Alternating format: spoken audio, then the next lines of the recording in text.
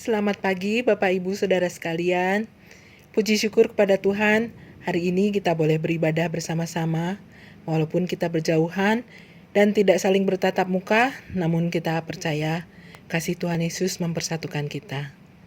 Hari ini kita memperingati turunnya Roh Kudus, yaitu hari Pentakosta. Ibadah kita pada pagi hari ini adalah di dalam nama Bapa, Anak, dan Roh Kudus. Mari kita berdoa. Bapa yang baik, sungguh kami bersyukur kepadamu ya Tuhan. Pada pagi hari ini kami boleh beribadah kepada Tuhan bersama-sama. Kami ucap syukur untuk kasih karunia Tuhan, untuk pemeliharaan Tuhan setiap hari. Sehingga kami boleh mendapatkan tubuh yang sehat, kami boleh beribadah bersama-sama. Bapa, kiranya Engkau mengampuni setiap dosa dan kesalahan kami ya Tuhan. Sehingga kami boleh datang pada pagi hari ini dengan hati yang sudah Engkau kuduskan. Bapa, kami mengucap syukur, kami berdoa untuk setiap jemaat-Mu yang sakit, yang lemah tubuhnya, kiranya Tuhan memberi kesembuhan, yang sedih kiranya Tuhan memberi penghiburan, yang sedang kesulitan kiranya Tuhan memberi jalan keluar ya Bapa. Bapa, sekali lagi kami mau menyerahkan ibadah kami pada pagi hari ini hanya ke dalam Tuhan. Kiranya Tuhan melawat setiap jemaat-Mu yang pada pagi hari ini datang kepadamu ya Tuhan. Hanya di dalam nama Tuhan Yesus kami berdoa dan mengucap syukur. Amin. Pertolongan kita adalah dalam nama Tuhan yang menciptakan langit dan bumi. Kiranya anugerah dan damai sejahtera dari Allah Bapa dan Tuhan kita Yesus Kristus turun atas kita sekalian. Mari kita naikkan satu pujian untuk mengawali ibadah kita dengan pujian Mengalirlah Kuasa Roh Kudus.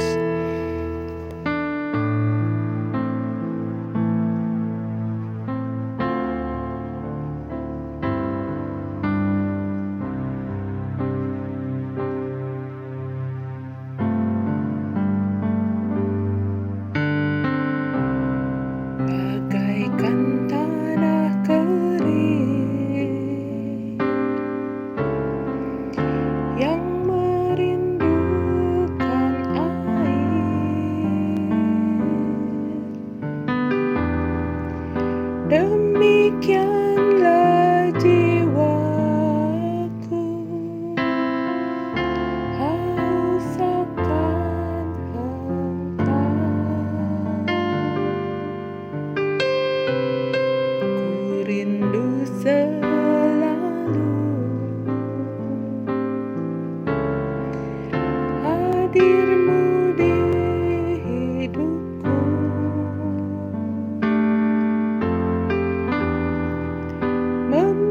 memulihkan jiwaku, hapuskan air mataku. Mengalirlah kuasa Roh Kudus, mengalirlah di tempat ini, mengalirlah oh Roh Kudus, pulihkanku.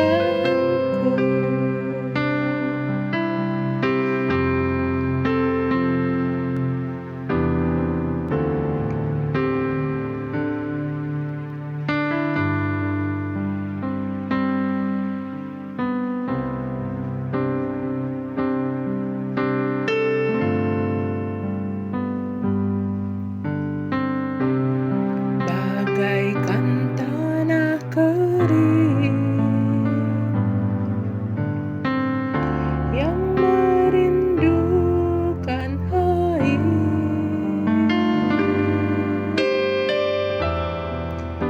demikianlah jiwaku haus akan Engkau. Ku rindu selalu hadir-Mu di hidupku,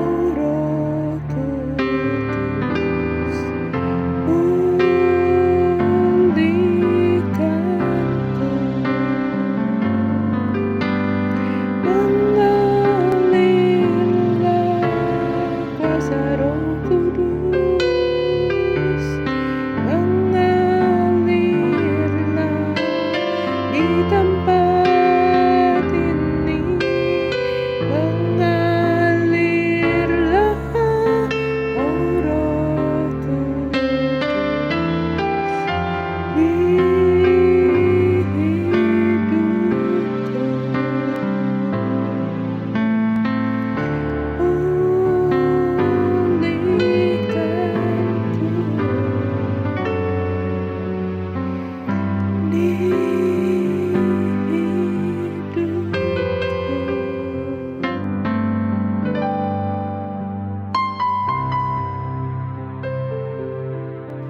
kita membuka Alkitab kita. Kita akan membaca bersama-sama firman Tuhan yang diambil dari Kisah Para Rasul 2 ayat 1 hingga ayat yang keempat. Pembacaan firman Tuhan pagi hari ini diambil dari Kisah Para Rasul pasal 2 ayat yang ke-1 hingga ayat yang keempat. Pentakosta. Ketika tiba hari Pentakosta, semua orang percaya berkumpul di satu tempat. Tiba-tiba turunlah dari langit suatu bunyi seperti tiupan angin yang keras yang memenuhi seluruh rumah di mana mereka duduk. Dan tampaklah kepada mereka lidah-lidah seperti nyala api yang bertebaran dan hinggap pada mereka masing-masing. Maka penuhlah mereka dengan Roh Kudus, lalu mereka mulai berkata-kata dalam bahasa-bahasa lain seperti yang diberikan oleh Roh itu kepada mereka untuk mengatakannya. Demikianlah firman Tuhan. Berbahagialah setiap kita yang membacanya dan terlebih lagi yang melakukannya dalam kehidupan sehari-hari. Baiklah, saya undang Bapak Ibu Saudara sekalian untuk berdiri bersama-sama dengan semua orang Kristen di segala tempat. Mari kita sekali lagi kita mengikrarkan pengakuan iman kita, pengakuan iman rasuli. Aku percaya kepada Allah, Bapa yang Maha Kuasa, Khalik langit dan bumi, dan kepada Yesus Kristus, anaknya yang tunggal, Tuhan kita, yang dikandung daripada Roh Kudus, lahir dari anak darah Maria, yang menderita sengsara di bawah pemerintahan Pontius Pilatus, disalibkan, mati dan dikuburkan, turun ke dalam kerajaan maut. Pada hari yang ketiga, bangkit pula dari antara orang mati, naik ke surga, duduk di sebelah kanan Allah, Bapa yang Maha Kuasa. Dan dari sana ia akan datang untuk menghakimi orang yang hidup dan yang mati. Aku percaya kepada Roh Kudus, gereja yang kudus dan am, persekutuan orang kudus, pengampunan dosa, kebangkitan orang mati, dan hidup yang kekal. Amin. Hari ini firman Tuhan akan disampaikan oleh Ibu Pendeta Lim Livang. Sebelumnya mari kita persiapkan hati kita untuk mendengar firman Tuhan. Kita naikkan satu pujian, sujud di altarnya, ku bawa hidupku.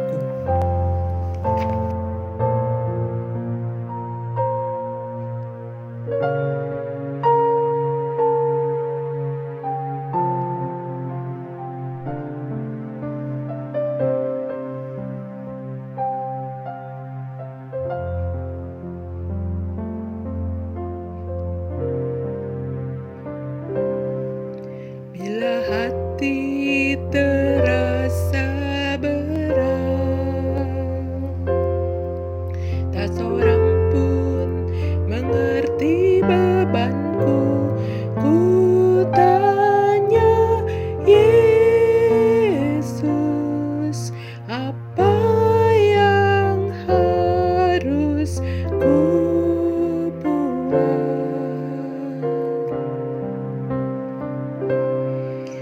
Dia berfirman, mari datanglah. Dia selalu pedulikan aku. Ku datang Yesus, Dia pikul segala bebanku. Sujud di altarnya, ku bawa hidupku. Ku terima anugerahnya, Dia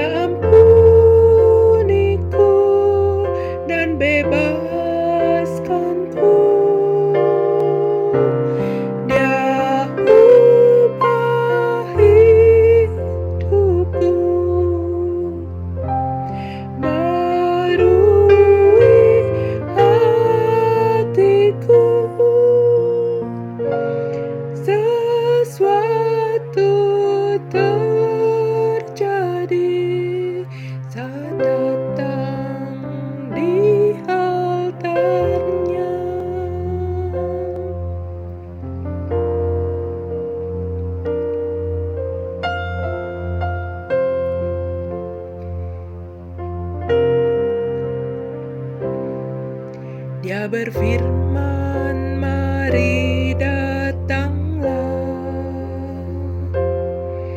Dia selalu pedulikan aku. Ku datang Yesus, Dia pikul segala bebanku. Sujud di altarnya, ku bawa hidupku. Ku terima anugerahnya, Dia ampuniku dan bebaskanku.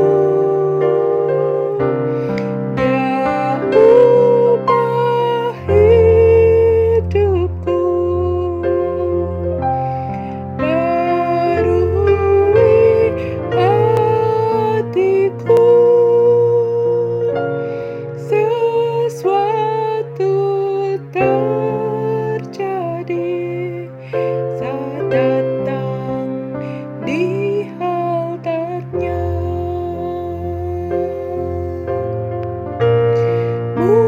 Mujizat terjadi, pemulihan terjadi saat datang di altarnya.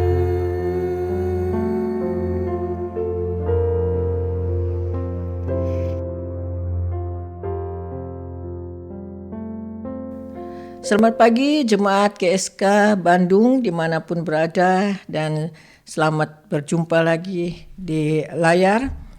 Dan hari ini adalah hari peringatan Pentakosta, dan kita tetap ibadah secara online. Dan sebentar akan saya sampaikan sedikit bagian firman Tuhan mengenai hari Pentakosta. Sebelumnya mari kita berdoa minta pertolongan Tuhan.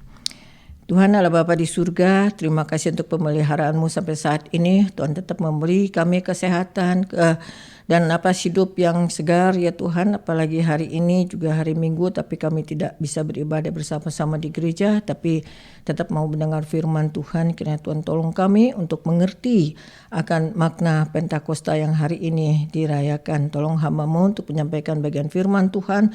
Tolong setiap kami yang mendengarkan untuk mengertinya. Terima kasih Bapa, dalam nama Yesus Kristus mengucap syukur berdoa. Amin.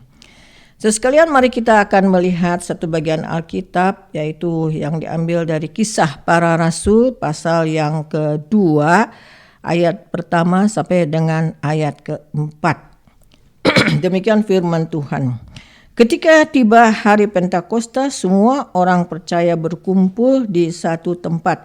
Tiba-tiba turunlah dari langit suatu bunyi seperti tiupan angin keras yang memenuhi seluruh rumah di mana mereka duduk. Dan tampaklah kepada mereka lidah-lidah seperti nyala api yang bertebaran dan hinggap pada mereka masing-masing. Maka penuhlah mereka dengan Roh Kudus. Lalu mereka mulai berkata-kata dalam bahasa-bahasa lain seperti yang diberikan oleh Roh itu kepada mereka untuk mengatakannya. Saudara sekalian, hari Pentakosta sama juga dengan hari kenaikan Isa Al-Masih atau hari kenaikan Yesus Kristus, itu kurang diperhatikan oleh jemaat lingkungan orang Kristen. Demikian juga tidak seperti hari Natal atau hari Paskah yang begitu menarik perhatian semua jemaat. Nah, saudara sekalian, bahkan hari Pentakosta itu kadang-kadang terabaikan. Tapi sebetulnya hari Pentakosta ini makna rohaninya tampak sangat penting. Karena hari Pentakosta disebut juga hari turunnya Roh Kudus. Dan hari ini adalah zaman Roh Kudus. Kita seharusnya memperingati setiap tahun hari Pentakosta ini. Itu hari di mana pertama kali Roh Kudus bekerja di gereja. Tetapi saudara sekalian, memang hari Pentakosta ini setiap tahunnya berubah-ubah atau dikatakan tidak tepat waktunya. Mungkin ini salah satu sebabnya orang bisa mengabaikannya. Dan dia ditentukan mengikuti yang ditentukan, hari ditentukan oleh Paskah, yaitu kebangkitan Yesus Kristus. Tuhan Yesus demi dosa kita, dia disalibkan dan mati. Kemudian dia dikuburkan, dan pada hari yang ketiga ia bangkit dari antara orang mati. Setelah bangkit selama 40 hari dia berada di bumi ini dan menampakkan diri beberapa kali kepada murid-muridnya. Dan setelah genap 40 hari maka dia naik ke surga. Dan murid-muridnya taat akan titah Tuhan, yaitu harus menunggu di Yerusalem, dan di sana kira-kira sekarang ada 120 orang berkumpul di Yerusalem di suatu rumah yang ada lotengnya, dan di sana mereka menunggu 10 hari, menunggu sambil berdoa. Kemudian apa yang dijanjikan Yesus Kristus tergenapi, yaitu turunlah Roh Kudus atas mereka. Jadi waktu turunnya Roh Kudus dengan kebangkitan Yesus, ya kira yang 50 hari adanya. Dan Pentakosta ini ada dua hal yang sangat penting, kejadian dua hal. Yang pertama itu Roh Kudus turun dari atas dan sampai sekarang tetap tinggal di bumi ini dan siap untuk masuk ke orang yang bertobat, yang menerima Yesus sebagai juru selamat, masuk ke dalam hatinya. Hal kedua yang penting, yang besar, yaitu di bumi ini gereja yang pertama sudah dibangunkan, sudah ada. Kisah Para Rasul 2 ayat yang terakhir di sana mengatakan bahwa orang yang diselamatkan setiap harinya ditambahkan pada mereka. Dan yang dimaksud dengan mereka arti aslinya yaitu gereja. Maka gereja yang pertama sudah muncul. Dan sampai sekarang gereja ada dibangun dan juga dipelihara. Ini mengandalkan Roh Kudus yang turun pada hari Pentakosta dan terus bekerja di gereja. Dan apa hubungannya turunnya Roh Kudus dengan setiap kita? Dan apa yang pentingnya untuk itu? Tentu saja ini sangat penting, dan hubungannya antara Roh Kudus dengan kita itu sangat akrab sekali.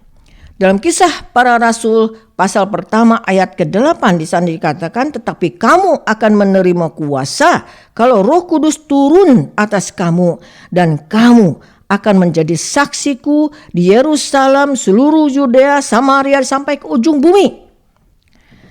Nah, saudara sekalian, Roh Kudus turun, maka kita akan mendapatkan kuasa dari atas. Kuasa untuk apa? Ya tentu saja untuk bersaksi bagi Tuhan. Saudara sekalian, untuk memuliakan nama Tuhan. Kalau Tuhan memberi kita kuasa, tetapi itu bukan untuk kita merasa puas diri, untuk merasa kita bangga, kita punya Roh Kudus, Tuhan bisa berbicara kepada aku, untuk mendapat visi dan sebagainya. Bukan, saudara sekalian, bukan untuk pamer, bukan untuk supaya dipuji oleh orang-orang, apalagi untuk mencari uang, keuntungan, bukan. Saudara sekalian, tetapi untuk memuliakan nama Tuhan, untuk bersaksi bagi Kristus dan memuliakan nama Tuhan. Nah, saudara sekalian, kalau Tuhan memberi kuasa kepada kita, kepada orang, tetapi kita tidak memanfaatkannya, maksudnya tidak bersaksi bagi Tuhan, tidak melakukan pekerjaan untuk Tuhan, tidak memuliakan nama Tuhan, itu Tuhan tidak berkenan. Harus hati-hati bahwa kuasa itu akan diambil kembali oleh Tuhan. Seperti kalau kita punya talenta, kita tidak menggunakannya untuk pelayanan Tuhan. Yang bisa main piano tidak untuk pelayanan, yang bisa WL tidak untuk WL, Tuhan tidak senang. Tuhan akan mengambil talenta itu, demikian juga Tuhan akan mengambil kembali kuasa yang telah diberikannya. Saudara sekalian, seorang yang mempunyai Roh Kudus tidak menjamin bahwa tidak akan berdosa lagi, tidak menjamin bahwa dia tidak akan gagal lagi. Nah, Saudara sekalian, kalau dia tidak sungguh-sungguh taat pada Roh Kudus, kalau dia memeti eskan Roh Kudus itu dan mengesampingkan, dia tetap masih semau gue di dalam hatinya menjadi raja, sedangkan Roh Kudus dipeti eskan, dan dia mendukakan Roh Kudus, maka dia pasti akan jatuh lagi, dia akan gagal lagi. Mungkin pada awalnya maksudnya dia waktu bertobat, dia sungguh merasa berdosa, dia bertobat dan Roh Kudus masuk ke dalamnya karena dia mau percaya Yesus. Tapi kemudian lama-lama dia tidak lagi menuntut untuk kemajuan kerohanian, tidak lagi mengundang Roh Kudus untuk memimpin dia. Dia kembali, sifat yang lamanya timbul kembali. Maka dia menjadi raja lagi di hatinya. Maka itu berbahaya sekali. Maka dia akan bisa meninggalkan Roh Kudus itu. Bukan Roh Kudus meninggalkan dia, tapi dia meninggalkan Roh Kudus. Itu pilihannya. Dia akan bisa menjadi murtad kalau secara keras mengatakan. Nah, sudah sekalian, itu mesti melihat dia pada akhir nanti mau melepaskan napasnya yang terakhir, dia bertobat nggak? Itu terserah dia.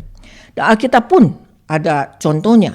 Ketika para rasul dalam Kisah Para Rasul 6 ayat 2 sampai dengan 7, mereka akan memilih 7 orang diaken untuk membantu pelayanan meja.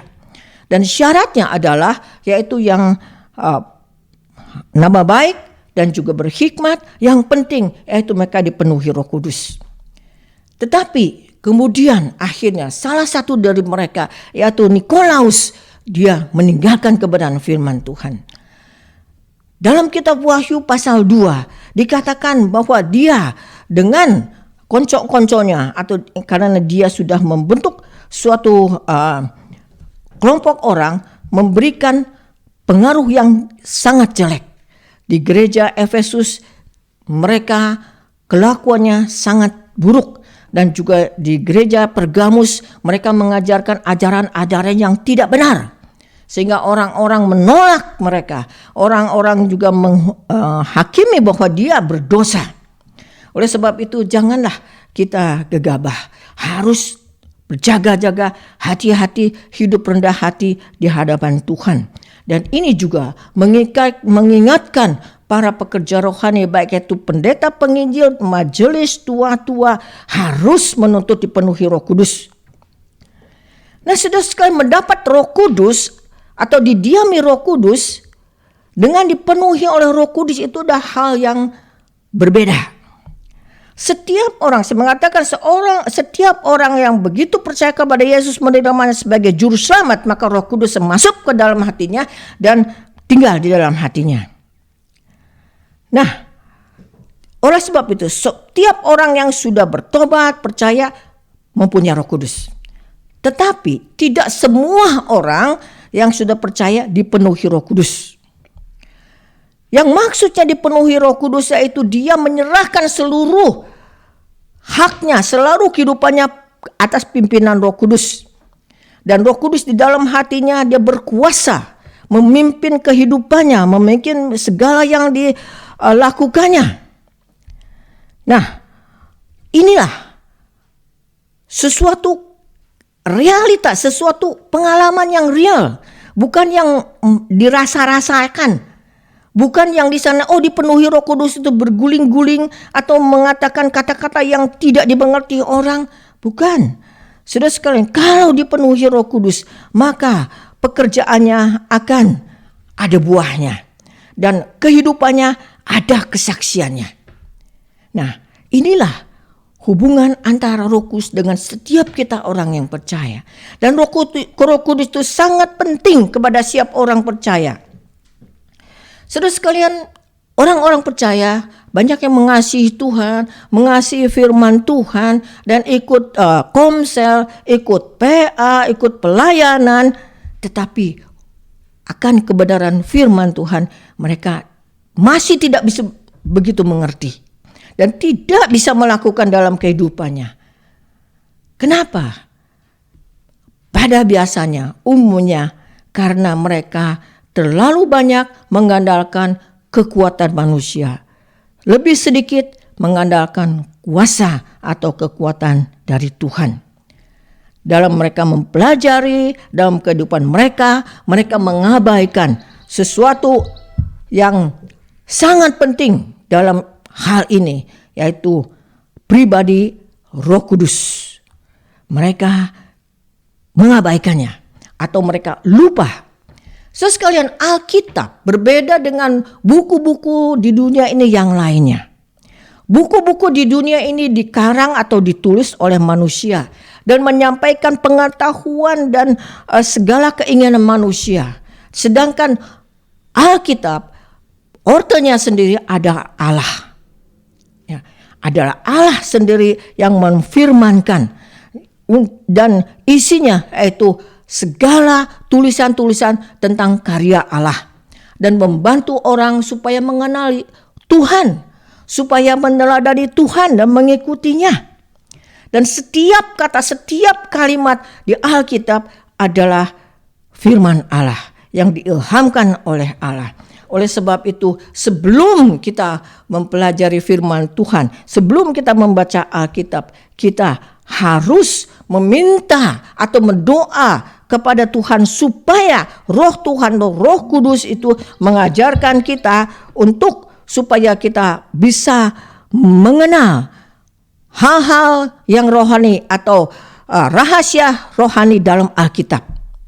Seorang yang sudah bertobat dan lahir baru, apa bedanya dengan orang-orang dunia yang belum percaya? Bedanya bukan karena orang itu ikut gereja, setiap minggu ibadah kepada Tuhan. Bukan itu, tetapi sungguh dari orang itu ada suatu tanda, suatu ciri yang tidak bisa dilihat oleh mata manusia, yaitu darah Yesus dan juga Roh Kudus. Nah, saudara sekalian, Roh Kudus dalam hati orang percaya itu menjadi mentor, menjadi pembimbing dia supaya dia mengerti akan hal-hal rohani, hal-hal Tuhan. Maka kerohaniannya dia akan maju. Dan hidupnya dan kemajuan itu akan terlihat dari sikap hidup, dari cara hidupnya. Sehingga orang bisa melihat, kasihnya, toleransinya, damai sejahtera dan lain-lainnya, dan kebaikan-baiknya, dan adat-adat atau karakter yang baik, kebiasaan-kebiasaan yang buruk sudah berubah. Saudara sekalian, Tuhan Yesus sebelum disalibkan, maka hal yang terpenting, pengajaran Tuhan Yesus yang terpenting untuk murid-muridnya yaitu mengenai Roh Kudus, yaitu dalam Yohanes 14 dan 16 di sana dengan jelas diceritakan. Dan Tuhan Yesus memberitahukan kepada muridnya bahwa Roh Kudus dengan Tuhan Yesus adalah setara, yang diutus oleh Allah Bapa untuk siap masuk ke dalam setiap orang yang percaya. Dan Roh Kudus adalah roh kebenaran. Dia akan memimpin murid-murid untuk bisa mengerti segala kebenaran.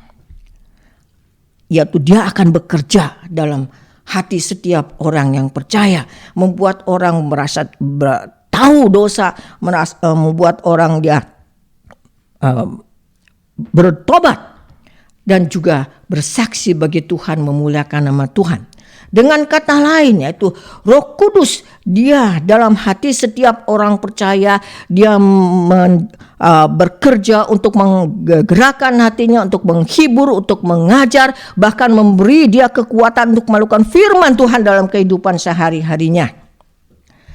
Supaya orang-orang lain melihat bahwa apa yang dikerjakan itu adalah pekerjaan Tuhan, bukan pekerjaan manusia. Bayangkan kalau seseorang dia bisa mengampuni orang jahat yang telah memperkosa, membunuh anak istrinya demi hal-hal yang lebih besar. Orang biasa tidak bisa melakukan itu, tapi kalau Tuhan bekerja maka dia bisa mengampuninya. Dan ini adalah pekerjaan Tuhan. Paulus, saudara sekalian, dalam 1 Korintus pasal 2 juga menjelaskan dengan jelas kepada murid-murid, yaitu bahwa rahasia Allah hanya dengan Allah memakai Roh Kudus untuk memberitahukan, untuk menyatakan kepada manusia. Dan Roh Kudus membukakan hati manusia sehingga manusia bisa mengerti hal-hal yang rohani, hal-hal yang rahasia Tuhan. Seorang yang tidak ada didiami oleh Roh Kudus, yaitu orang yang belum percaya kepada Yesus, mereka tidak akan mengerti rahasia kerohanian. Mana bisa mengerti mereka Allah Tritunggal? Mereka agama-agama orang dunia tidak mau mengerti. Bagaimana Allah katanya tunggal? Bagaimana tapi ada tiga? Mereka juga tidak mengerti bahwa Yesus menyelamatkan manusia yang berdosa, menebus orang manusia berdosa. Mereka tidak akan mau mengerti. Nah, saudara sekalian, oleh sebab itu setiap orang percaya harus terus belajar lebih mengenal Roh Kudus itu siapa, dan taat dalam hatinya mengikuti pimpinan Roh Kudus. Nah, saudara sekalian, sekali lagi, sebelum kita membaca firman Tuhan, membaca Alkitab, datanglah berdoa dulu, minta Tuhan biar Roh Kudus yang menerangi hatinya, dia membukakan mata rohaninya sehingga bisa melihat apa yang dia baca dalam firman Tuhan itu. Dalam Mazmur banyak doa-doa yang demikian. Di antaranya yaitu Mazmur 119 ayat 18. Di sana dikatakan, singkapkanlah mataku supaya aku memandang keajaiban-keajaiban dari Tauratmu. Ayat 27-nya, buatlah aku mengerti petunjuk titah-titahmu supaya aku merenungkan perbuatan-perbuatanmu yang ajaib. Saudara sekalian, ini menunjukkan bahwa Roh Kudus itu sungguh-sungguh real bekerja dalam hati orang yang percaya. Roh Kudus membukakan mata rohani orang ini adalah suatu keajaiban. Jadi salah satu rahasia Allah, salah satu rahasia rohani. Dia bukan saja membukakan hati manusia, hati rohaninya untuk mengerti kebenaran firman Tuhan, untuk mengerti kehendak Tuhan, dan juga bisa melakukannya sesuai dengan kehendak Tuhan. Nah, sudah sekian banyak kesaksian-kesaksian yang mereka bersaksi, baik itu yang orang perempuan yang merokok bertahun-tahun seperti lokomotif zaman dulu ya, terus mengepul, dan juga yang judi dan sebagainya. Mereka sebetulnya ingin lepas dari genggaman, dari belenggu-belenggu yang buruk itu, tetapi mereka tidak berdaya.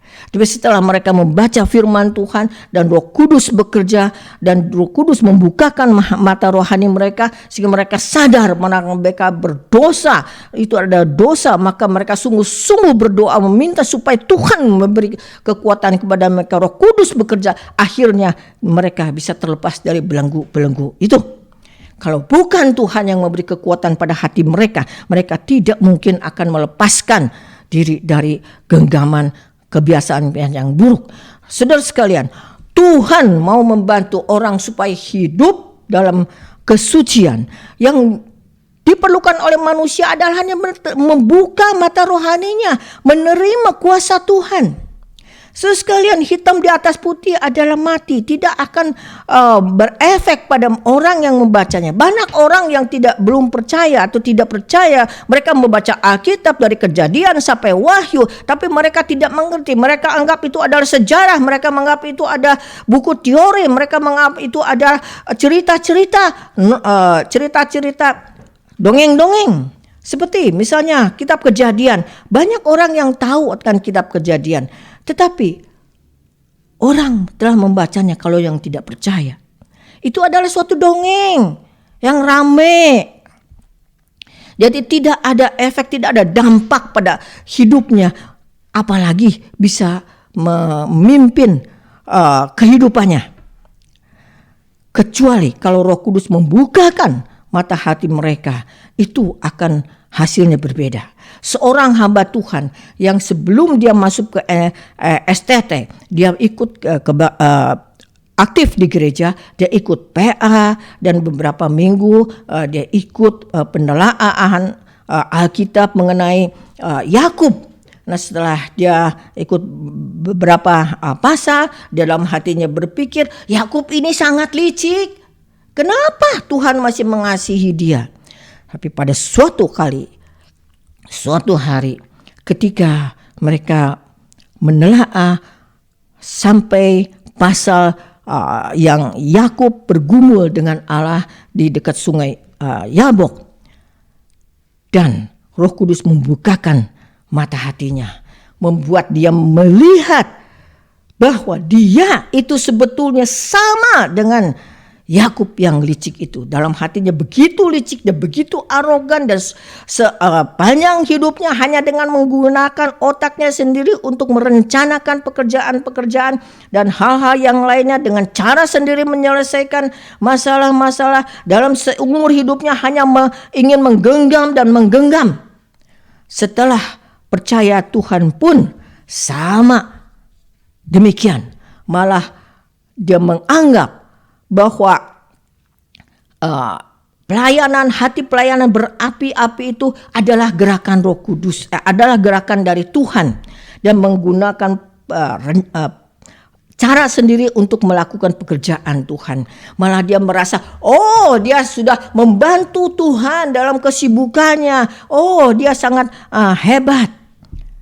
Tapi begitu Roh Kudus membukakan mata hati rohaninya, bahwa dia sadar bahwa sebetulnya selama ini Tuhan itu begitu baik kepadanya, begitu bertoleransi, begitu bersabar kepadanya. Tuhan tidak mau hal ini berlangsung terus. Maka dia sadar bahwa Tuhan ingin supaya dia seperti Yakub, dari Yakub menjadi Israel. Maka dia menyerahkan segala kuasanya, segala haknya kepada Tuhan. Dia biar Tuhan yang menjadi tuannya. Dan pada saat itu juga dia di sana, dia berdoa dan bercucuran air mata. Dia menyadari bahwa Tuhan begitu baik, begitu belas kasihan kepadanya. Seperti berbelas kasihan pada Yakub yang licik itu.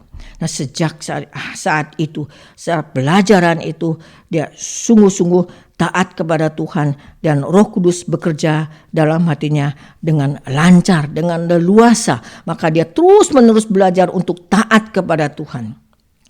Tapi saudara sekalian, kalau dia ingin berubah menjadi baik, yang terpenting itu dia sendiri hatinya bertekad mau berubah menjadi baik, mau enggak dia membuka hatinya supaya Roh Kudus dia bekerja dalam hatinya, dan sehingga bisa sadar kesalahannya, dosanya, baik itu adat yang jelek, kebiasaan yang jelek, atau ambisi, itu dia mau enggak melepaskannya.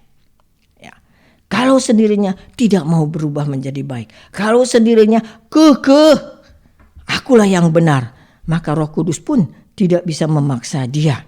Oleh sebab itu kita bisa melihat bahwa ada orang Kristen yang sudah gereja atau percaya Tuhan, atau sebut orang Kristen udah puluhan tahun, hidupnya masih sama dengan sebelum dia percaya. Masih begitu arogan, masih mengatakan ini kok sifatku, ini adatku, ini kebiasaanku, mau apa lagi, gak bisa berubah. Seperti pepatah Tionghoa mengatakan gunung itu bisa dipindahkan, tapi sifat manusia tidak bisa dirubah.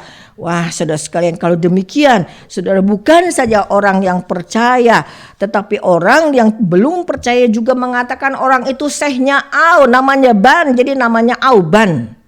Nah, kalau dalam bahasa yang lebih gampang, yaitu orang yang bedegong. Yang lebih halus lagi, orang yang merewak kedeweng. Nah, itulah orangnya, saudara sekalian. Paulus, saudara sekalian, dia memuji orang jemaat di Berea. Mereka bijaksana katanya. Mereka rela untuk menerima khotbah-khotbah, menerima firman Tuhan. Tetapi mereka setiap hari menelaah Alkitab. Untuk mengetahui bahwa apa yang dikhotbahkan itu betul gak sesuai dengan Alkitab, sesuai dengan firman Tuhan. Paulus berkhotbah juga, mereka juga telaah Alkitab. Seorang Paulus yang diutus, yang khusus menjadi rasul, diutus untuk berkhotbah, mereka tetap membaca, menelaah, memeriksa Alkitab. Nah, sekarang Sudah sekarang kita hidup di zaman akhir ini yang penuh dunia ini dengan ajaran sesat, dengan bidat, yang juga banyak hal-hal yang tidak benar. Bukankah kita seharusnya lebih lagi membaca Alkitab dengan benar, dengan pimpinan dipimpin oleh Roh Kudus? Tuhan Yesus selalu mengingatkan pada murid-muridnya harus berjaga-jaga. Karena di kemudian hari di gereja itu akan banyak gembala-gembala yang hanya mementingkan diri sendiri. Gembala-gembala yang membawa jalan ke jalan yang tidak benar, membawa jemaatnya, dan juga mereka yang bisa menjatuhkan manusia, menjatuhkan jemaatnya. Juga ada gembala-gembala atau guru-guru yang mata rohaninya buta, yang tidak mengenal dengan benar Allah tetapi menjadi guru. Dan juga banyak nabi-nabi palsu yang menyesatkan orang. Bagaimana saudara untuk bisa berjaga-jaga, untuk menjaga kebenaran firman Tuhan dengan benar, untuk tidak tersesat?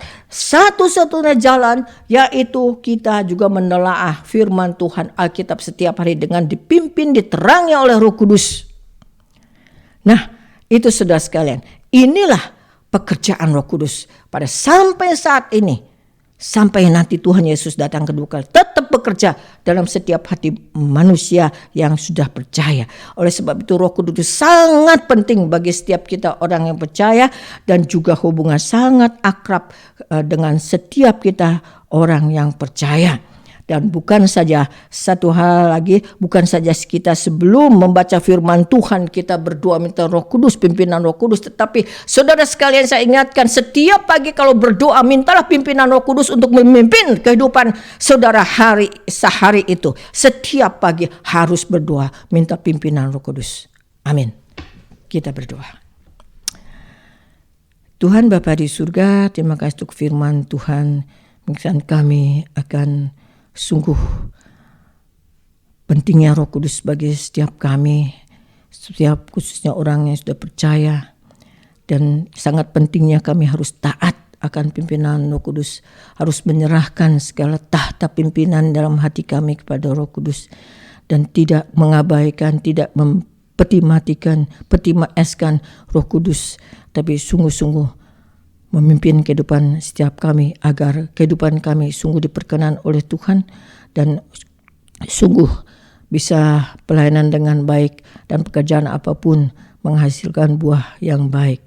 Terima kasih Bapa, biar kami terus belajar untuk lebih dekat, akrab dengan Roh Kudus, sehingga apa yang diajarkan Tuhan kami sungguh dapat mengerti, khususnya dalam membaca firman Tuhan, sehingga kami terus tetap teguh dalam iman kami kepadamu dan melakukan firman Tuhan.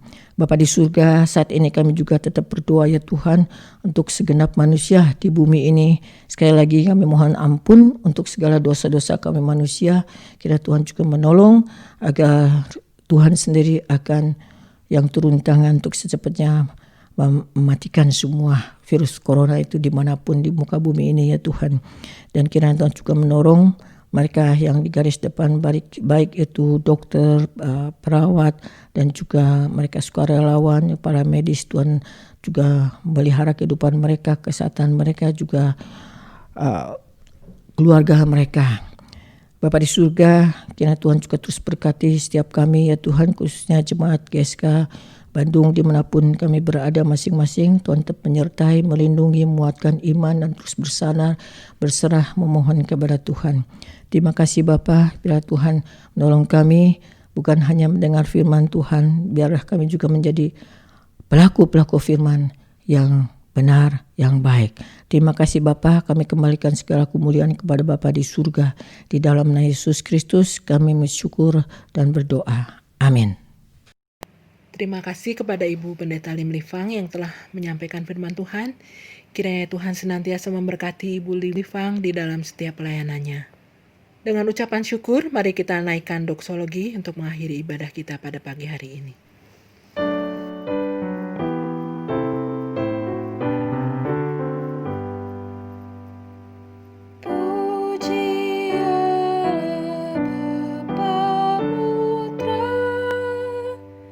Puji Allah Roh Kudus.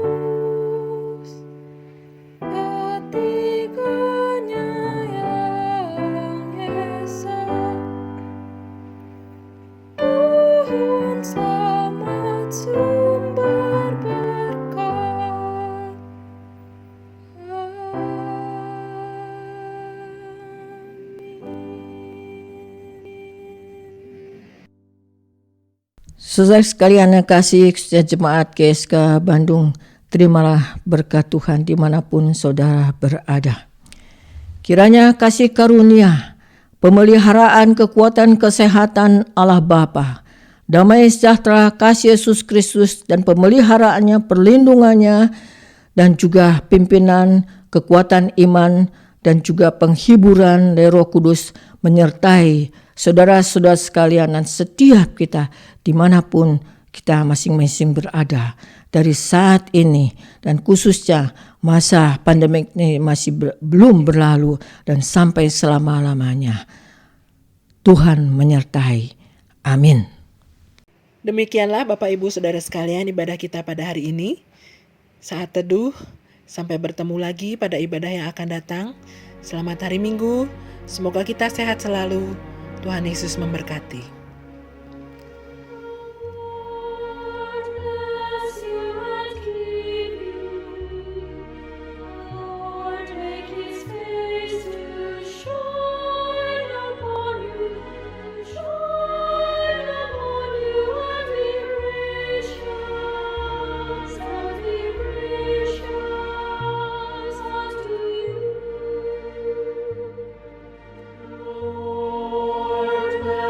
You and keep